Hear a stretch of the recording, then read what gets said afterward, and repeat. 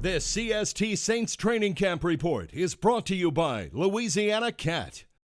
Hey, life isn't all bad for the Saints as they begin week 3 of training camp. No heat, this one indoors, and it comes after the team's first off day. Having a day off, it kind of gives you a time to mentally rest your mind and then physically also rest your body, build a cold tub, hot tub, get a massage, help you get back to being fresh.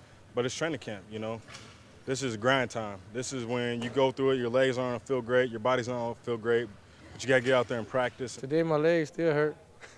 We deserved it. Some sore, some fresher, and some healthier. Yet today's practice was highlighted by the return of Marcus Colston, who is the same old Marcus. You guys know by now I'm not the most vocal guy out there. The Saints' quiet storm has seen his nagging foot injury improve enough to return to practice, where missing it the past 9 days, Colston has been impressed with all of the young receivers whom he is there for if need be.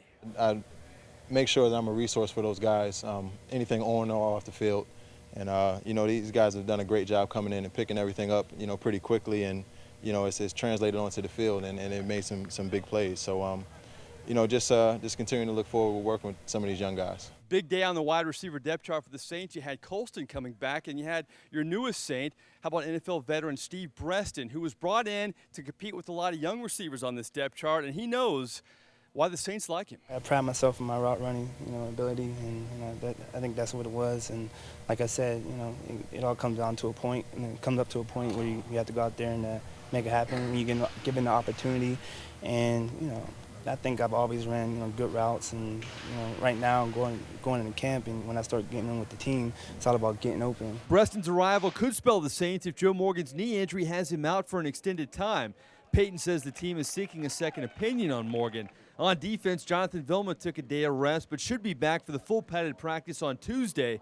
The good news, for the first time this camp, Patrick Robinson participated, where his experience has helped even a Saint who looks to take his starting spot. Oh, that's a big help to have him back. That's a guy who's a student of the game. He's younger than me, but he teaches me a lot.